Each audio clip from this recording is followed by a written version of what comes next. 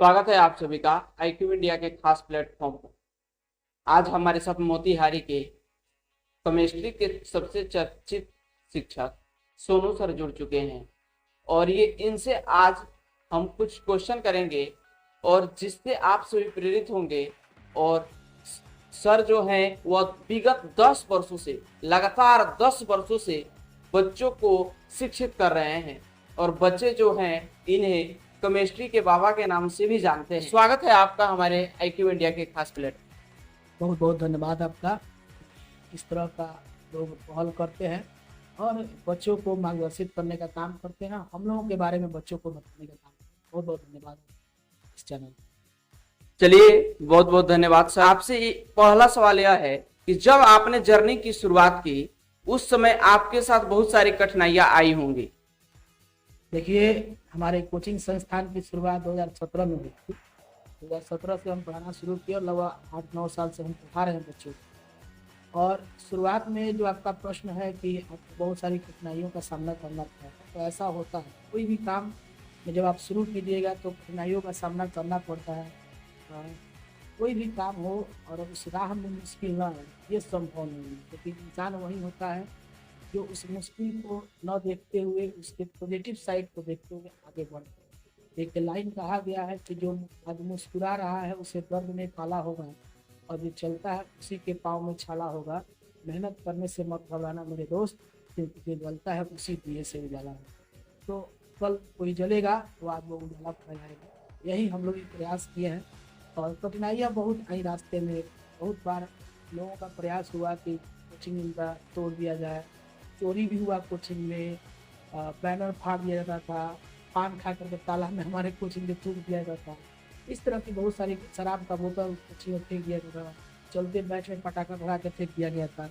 तो इस तरह की बहुत सारी प्रॉब्लम को हम लोग फेस किए हैं और आज मोतिहारी में हमारा कोचिंग नंबर 1 पे है। लगभग 2000 से 2500 विद्यार्थी एक सेशन में हमारे यहाँ से पढ़कर निकलते हैं।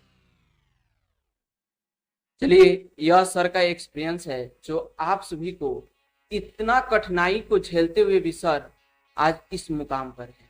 तो आप सभी को इस बात से यह प्रेरणा मिल रही है कि जब आप जर्नी की शुरुआत कीजिएगा तो बहुत सारी कठिनाइयां आएंगी, पर आप सभी उस कठिनाइयों से संभल जाइए और अपना कदम आगे बढ़ाते रहिए। क्या सर? एकदम कठिनाइयों से लड़कर के ही आदमी महान बनता है। जीवन में अगर सब कुछ आसानी से मिल जाए तो तमन्ना किसकी करोगे, कुछ अधूरी ख्वाहिशें ही जिंदगी जीने का मजा देती है। अगर सब कुछ आसानी से मिल जाता है तो आदमी कभी जिंदगी में हासिल करने का प्रयास नहीं करता, और जब तक आदमी हासिल करने का प्रयास नहीं करेगा तब तक वो महान नहीं बनेगा। तो जिंदगी में अगर कठिनाइयाँ आए, कमी आए, और इंसान को उसको चैलेंज के रूप में लेना चाहिए। और चैलेंज जब आप लीजिएगा तो आप बहुत आगे जाइएगा और जीवन में बहुत ऊपर, बहुत आगे तरक्की करके महान बन जाइएगा। सर आपसे एक और सवाल कि जब हम 10th पास करते हैं तो बहुत सारी हमारे पास जो है वह एम को लेके बहुत सारे क्षेत्र रहते हैं जिससे बच्चे कंफ्यूज रहते हैं। तो सर आपके साथ ऐसा हुआ था 10th के बाद? नहीं, देखिए, हम लोग जब 10th पास किए तो हमारे पिताजी जो है वो साइंस बैकग्राउंड के विद्यार्थी रहे। तो उनका मानना था कि बच्चों को साइंस पहले पढ़ना चाहिए। फर्स्ट अटेम्प्ट इंटर में साइंस यदि आप पढ़ते हैं तो अदर सब्जेक्ट के बच्चों की तुलना में साइंस पढ़ने से आपके जो IQ लेवल होता है और आपकी जो लेबर करने की क्षमता होती है वो दूसरे सब्जेक्ट के बच्चों की तुलना में ज़्यादा हो जाती है। और इससे होता क्या है कि उसके बाद आप ग्रेजुएशन करके आप कोई भी कॉम्पिटिशन की तैयारी कीजिए या किसी तरह का वोकेशनल कोर्स करते हैं तो उसमें आप ज़्यादा से ज़्यादा देर तक पढ़ने के एबल होते हैं और इससे आपका रिजल्ट बहुत बढ़िया है। साइंस पढ़ने का ये फायदा है। तो हम लोग का माइंड सेट था पहले से कि साइंस पढ़ें, तो हम लोग साइंस किए और साइंस, और उसके बाद IIT का अटैम्प्ट दिए। लास्ट अटैम्प्ट हम क्वालिफाई भी किए थे। NIT और अरुणाचल प्रदेश में हमारा काउंसलिंग भी हुआ था और वहाँ तक जा कर के जो है वहाँ कुछ पारिवारिक कारणों और कुछ निजी समस्याओं के कारण वहाँ से छोड़ना पड़ा। और अभी मोतिहारी में लगभग 8 साल 9 साल से बच्चों को शिक्षित कर रहे हैं और बच्चे काफ़ी खुश हैं, मोतिहारी में अच्छा परिणाम करते हैं। तो चलिए बहुत बहुत धन्यवाद सर। सर आप केमिस्ट्री को ही क्यों चुनना चाहिए और केमिस्ट्री के ही क्षेत्र में बच्चों को आज प्रेरित क्यों कर रहे हैं? क्योंकि आपके सामने तो 12th में बहुत सारे सब्जेक्ट थे, फिजिक्स, केमिस्ट्री, बायोलॉजी, मैथ थे, लेकिन आप केमिस्ट्री को ही क्यों चुने? बायोलॉजी तो नहीं था, हम लोग जब पढ़ते थे तो मैथ था और एक्स्ट्रा में लोग बायोलॉजी जिसका बायोलॉजी मेन होता था उस समय मैथ एक्स्ट्रा होता था, लेकिन मैथ वालों को बायोलॉजी नहीं मिलता। तो खैर बायो से तो हम लोग का कोई नहीं नाता रहा है। लेकिन अब बात आती है केमिस्ट्री की कि केमिस्ट्री ही क्यों चुने। तो जब हम लोग 10th किए और 12th की पढ़ाई किए तो 12th के बाद टारगेट करने के लिए जब हम लोग IIT का प्रिपरेशन कर रहे थे तो हमारे जो सर थे वो IIT दिल्ली से बीटेड थे और उनका कहना था कि बेटा अगर IIT में सबसे बेस्ट रैंक लाना है तो केमिस्ट्री को स्ट्रॉन्ग करो, क्योंकि फिजिक्स और मैथ की तुलना में केमिस्ट्री आसान होता है, जल्दी बनने वाला सब्जेक्ट होता है। तो इसके चक्कर में हम लोग केमिस्ट्री के पीछे बहुत भागने लगे और केमिस्ट्री को के पीछे भागते भागते इतना एक्सपीरियंस और इतना नॉलेज उसमें हो गया कि अब लगने लगा कि अगर पढ़ाना है तो सबसे बेस्ट सब्जेक्ट यही है, इसी को चूज कीजिए। वैसे हम लोग IIT का प्रिपरेशन किए हैं तो हम लोग को मैथ भी आता है, फिजिक्स भी आता है और केमिस्ट्री भी आता है। हम पढ़ाना चाहते तो कुछ भी पढ़ा लेते, लेकिन केमिस्ट्री में हमको कुछ ज़्यादा इंटरेस्ट हो गया था क्योंकि हम लोग का एम था IITian बनना, संयोग बस नहीं बन पाए। तो केमिस्ट्री ज़्यादा सीखने के कारण, केमिस्ट्री में अच्छा नॉलेज होने के कारण, तो केमिस्ट्री बड़ा नीरस सब्जेक्ट होता है। हम लोग देखते थे कि बच्चे केमिस्ट्री से ही भागते थे। बच्चा से पूछा जाए कि आप साइंस में कौन सा सब्जेक्ट अपना मन से आपको अगर छोड़ने के लिए कहा तो छोड़ दीजिएगा, तो सबसे पहले लिखा केमिस्ट्री को ही। केमिस्ट्री बच्चों को इंटरेस्टेड लगे, बच्चों को आसानी से समझ में आए, ये हम लोगों ने सीखा था अपने सर से, तो वहीं पर बच्चों को सिखाने का प्रयास कर रहे हैं, इसीलिए हम केमिस्ट्री सब्जेक्ट। चलिए सर, अगला सवाल आपसे यह है सर कि आप जोन ऑफ केमिस्ट्री अपने संस्था का नाम क्यों चुन रहे हैं? देखिए, कोचिंग का नाम द जोन ऑफ केमिस्ट्री है। इसमें 2-3 बात है। एक तो केमिस्ट्री का कोचिंग है और जोन का मतलब होता है क्षेत्र। तो हमारा जो कोचिंग है वो मैंने केमिस्ट्री के लिए विख्यात है, तो इसीलिए एक केमिस्ट्री का क्षेत्र हो गया। और द इसलिए लगता है कि वो जब कोई यूनिक काम आप करते हैं तो उसमें द लगता है। और यूनिक काम ये है कि विगत लगभग 17 से हम पढ़ाना शुरू किए और 19 में मेरे कोचिंग का सबसे पहला बार रिजल्ट आया था। और उस समय से आज तक लगातार हम बच्चों को 90+ के पार पहुंचाते रहे हैं। लगातार हमारे यहाँ से बच्चे, और इस बार हमारे यहाँ से लगभग 11 बच्चा जो है 90+ स्कोर किया है। तो ये द कोचिंग के नाम इसलिए लगाए क्योंकि हम लोग काम यूनिक करते हैं। बच्चे NIT में भी गए हैं, बच्चे हमारे यहाँ से भागलपुर मेडिकल कॉलेज में भी पढ़ रहे हैं, PMCH में पढ़ रहे हैं, ये हम लोग काम करते हैं। इसलिए कोचिंग का नाम हम लोग द लगाए हुए हैं। केमिस्ट्री का क्षेत्र है इसलिए जोन ऑफ केमिस्ट्री लगाए। तो चलिए, आप सभी ने सुना कि सर जो है वह द जोन ऑफ केमिस्ट्री ही अपने संस्था का नाम क्यों चुने। तो सर, आपसे यह पूछना चाहेंगे कि आपके संस्था में 2 से 3 हजार बच्चे पढ़ते हैं, लेकिन वह शायद इसलिए पढ़ते हैं प्राइवेट संस्था में क्योंकि बिहार की शिक्षा व्यवस्था, गवर्नमेंट शिक्षा व्यवस्था सही नहीं है।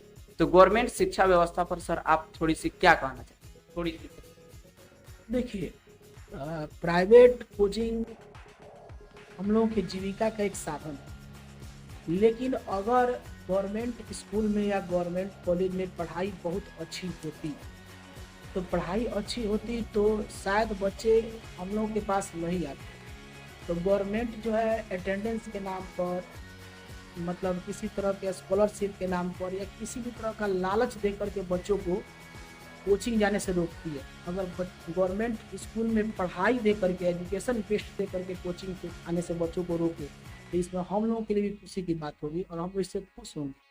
गवर्नमेंट का जो बहाली का प्रक्रिया था अभी 2-3 साल 4 साल पहले तक, तो मार्कशीट पर होता था और मार्कशीट किसी के नॉलेज को रिप्रेजेंट नहीं करता। अभी 2 साल से 3 साल से BPSC पे बहाली हो रहा है, इससे साथ जो कि शिक्षक जा रहे हैं और आज स्कूल में भी अब पढ़ाई धीरे धीरे इम्प्रूव हो रहा है। तो गवर्नमेंट अगर बच्चों को स्कूल में पढ़ाए और पढ़ा करके रोक ले, कोचिंग नहीं आने दे, इसमें हम लोगों की खुशी होगी। लेकिन आप उसको डर से नहीं रोकिए, अटेंडेंस के नाम पर नहीं रोकिए, छात्रवृत्ति के नाम पर नहीं रोकिए या किसी भी तरह के सरकारी योजनाओं के लाभ से वंचित करने के नाम पर बच्चों को नहीं रोकिए। बच्चों को पढ़ाइए, पढ़ा करके स्कूल में रोक लीजिए, कोई दिक्कत नहीं है। हम लोग भी प्रिपरेशन करके आ जाएंगे सरकारी में और आ जाएंगे तब बच्चों को शिक्षित करने का प्रयास करेंगे। सरकार का जो गवर्नमेंट स्कूल है, अगर इसमें एजुकेशन बढ़िया होता है तो इससे ज़्यादा खुशी की बात नहीं है। हम लोग तो सर ने बताया कि माध्यम जो भी हमको मिले, हमारा जो एक मकसद है कि बच्चों को शिक्षित करना है। यह एक लाइन कहा गया है कि जो पढ़ाई एक ऐसा शेरनी का दूध है, जो पीता है वो दहाड़ता है। तो वह दूध किसी भी माध्यम से मिले, हम लोग पिलाने का काम करेंगे, यही सर का मकसद है।